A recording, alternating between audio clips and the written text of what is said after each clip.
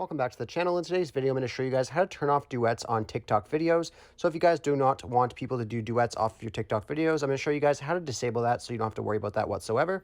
Now, it's really easy. You just want to go over to TikTok and open that application up. Once you're on TikTok here, just go over to your profile by clicking on the Me tab in the bottom right corner. And then you want to go to the video that you do not want to allow duets on. So let's just say if I wanted this video right here, and go ahead and click on it. And then you just want to go to where you see the three dots just above your profile picture there at the bottom. So let's go ahead and click on that. And then you want to go over to privacy settings.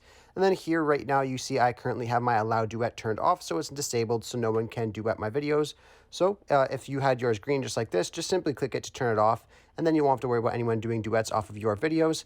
Anyhow, I really hope I was able to help you guys out with showing you guys how to turn off duets on TikTok videos. If this video does help you out, be sure to leave a like on it and subscribe for more. Thanks for watching.